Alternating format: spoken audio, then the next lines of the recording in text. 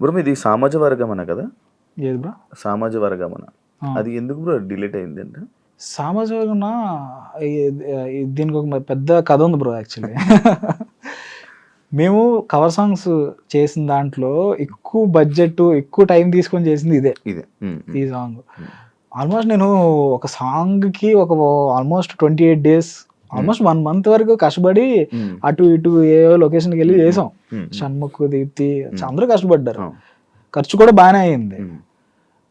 అయితే ఏమైందంటే రిలీజ్ అయిన తర్వాత ఈ సినిమా సాంగ్ ఒరిజినల్ సాంగ్స్ కన్నా మాది ట్రెండింగ్ 1లోకి వెళ్ళిపోయింది.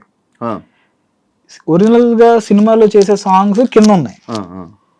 అయితే ఆ ప్రొడ్యూసర్స్ పలానా మ్యూజిక్ ఛానల్ వాళ్ళకి ఫోన్ చేసి ఇలా మెయిన్ సాంగ్ అన్ని కింద ఉండి కవర్ సాంగ్స్ పైన ఉన్నాయి ఏంటండి అని చెప్పేసి డిలీట్ చేయించారు అనమాట. అప్పుడు అనిపించింది, అబ్బా ఎంత కష్టపడి చేసి అంటే డైరెక్ట్ డిలీట్ చేయడం ఏంటి అంటే కొంచెం బాధేసింది బ్రో. రెవెన్యూ షేర్ చేసుకుని కాపీ చేసుకుంటే అయిపోయింది కదా. అంటే అది వాళ్ళకు ఉండాలి బ్రో. ఇప్పుడు దీని నుంచి వచ్చే రెవెన్యూ ఎవరికి వస్తుంది బ్రో? వాళ్ళకే వెళ్తుంది కదా. కాపీరైటెడ్ సాంగ్స్ ఇవన్నీ, కవర్ సాంగ్స్ అంటేనే కాపీరైటెడ్. దీంట్లో వచ్చే ప్రతి రూపాయి వాళ్ళకే వెళ్తుంది. అవును. కానీ మరి ఆ ప్రొడ్యూసర్స్ చెప్పడం వల్ల మరి ఏంటో తెలీదు. ఇంకా నేను అప్పుడు ఫిక్స్ అయ్యా, ఇండిపెండెంట్ సాంగ్స్ చెయ్యాలి, ఇంకా కవర్ సాంగ్స్ ఇక్కడతో ఆపేద్దాం. ఇంక మన ఈ హిట్ ఆఫ్ అట్ట ఇప్పుడు ఏంటంటే కవర్ సాంగ్స్ లో ఆ సాంగ్ ఒక ఫేమ్ కూడా మనకి యాడ్ అవుతుంది వ్యూవర్షిప్ లో. ఇప్పుడు ఒక హిట్ సాంగ్ వచ్చింది అనుకోండి, మనం అది కవర్ సాంగ్ చేస్తే ఆ సాంగ్ వల్ల మనకి వ్యూవర్షిప్ అనేది వచ్చేస్తుంది. బట్ ఒక ఇండిపెండెంట్ సాంగ్ అలా రాదు. ఎందుకంటే ఆ సాంగ్ హిట్ అవుతే గానీ అది జనాల్లోకి వెళ్ళకపోతే వేస్ట్ ఆ సాంగ్. ఎక్స్పెరిమెంట్ చేద్దాం, ఒక 4-5 సాంగ్లు చేద్దాం, దేనికి వ్యూవర్షిప్ రాకపోతే పర్లేదు, ఇంకోటి అటెంప్ట్ చేద్దాం, రాకుండా ఉండదు అని గట్టిగా నమ్మి చేసిన ఫస్ట్ సాంగే 90 million కొట్టింది బ్రో. సో అప్పుడు నాకు కాన్ఫిడెన్స్ వచ్చింది, ఓకే వ్యూవర్షిప్ మాట్లాడాల్సిన అవసరం లేదులే. అంటే నేను వ్యూవర్షిప్ ఎందుకు మాట్లాడుతున్నాను అంటే బ్రో, ఒక సినిమా సక్సెస్ అయిందంటే దాని కలెక్షన్స్ కోసం చెప్తారు బ్రో. ఒక యూట్యూబ్ లో వీడియో సక్సెస్ అయిందంటే దాని వ్యూవర్షిప్ చెప్తారు అనమాట.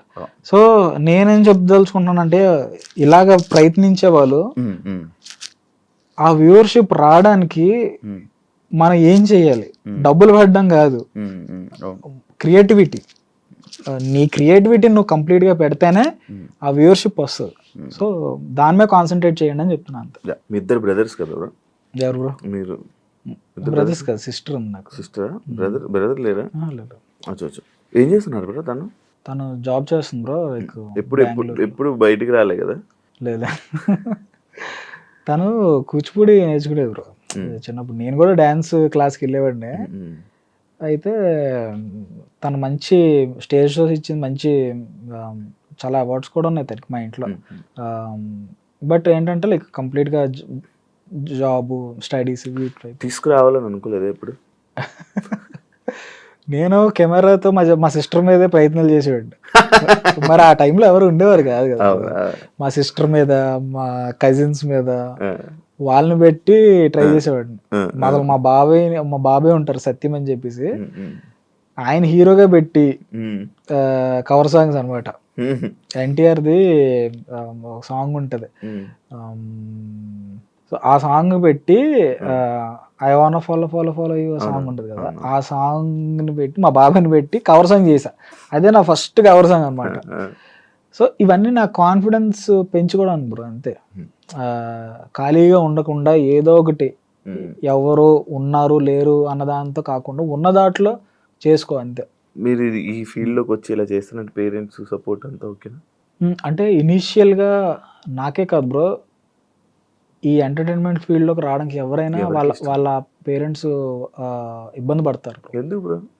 ఎందుకంటే ఇది న్యూస్లో కానీ మీరు ఎక్కడ చూసినా కూడా పాజిటివ్ అనేది చాలా తక్కువ ఉంటుంది, నెగిటివ్ అనేది చాలా ఫాస్ట్గా వెళ్ళిపోతుంది. సో ఆ విషయంలో చాలా భయపడతారు బ్రో ప్రతి ఒక్కరు. అంటే మీరు ప్రూవ్ చేసుకునే వరకు. సో నేను నాది ఎలా ఉంది అంటే లైక్ మా ఇంట్లో కూడా ఎవరికి ఇష్టం లేదు చేద్దామని. నేనేంటంటే ప్రూవ్ చేసుకోవాలి అని చెప్పేసి ఎవరికి చెప్పకుండా షార్ట్ ఫిల్మ్లు చేసేయడం, ఇలా నేను స్టార్ట్ చేశాను అనమాట. వన్ ఫైన్ డే మనం చేసిన వర్క్ న్యూస్ పేపర్లోని వీటిల్లోనే వచ్చాయి అనమాట. సో అప్పుడు మా పేరెంట్స్కి ఒక చిన్న కాన్ఫిడెన్స్ వచ్చింది, వీడు చేయగలడు అనే కాన్ఫిడెన్స్. ఇంకా తర్వాత నన్ను ఎంకరేజ్ చేయడం స్టార్ట్ చేశారు, నువ్వు చెయ్యి అని చెప్పేసి. మా మదర్ చాలా ఎంకరేజ్ చేస్తారు. మీ సాంగ్స్లో నీకు నచ్చిన సాంగ్ ఏదో నేను చేసిందా? నాకు దీప్తిది తట్టుకోలేదని ఒక సాంగ్ ఉంటుంది బ్రో. అదొక టర్నింగ్ పాయింట్ లాంటిది అనమాట నా సాంగ్లో. నా ఆఫీస్లో కూడా తట్టుకోలేదు దానికి ఒక స్పెషల్గా ఫ్రేమ్ వేయించుకున్నా. అవునా? ఏం ఇష్టం బ్రో అది? అంటే అదొక మ్యాజిక్లా జరిగింది బ్రో నాకు. అంటే కరెక్ట్గా కోవిడ్, ఇంకో 1 వీక్లో కోవిడ్, సెకండ్ కోవిడ్ అనమాట.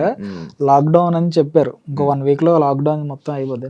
సో మేము ఏమనుకున్నాం అంటే లాక్డౌన్లో షూట్ అవుతుంది కదా, సో ఈ లోపల షూట్ చేసేద్దని చెప్పి కరెక్ట్గా మేము షూట్ చేసాం, లాక్డౌన్ పడిపోయింది.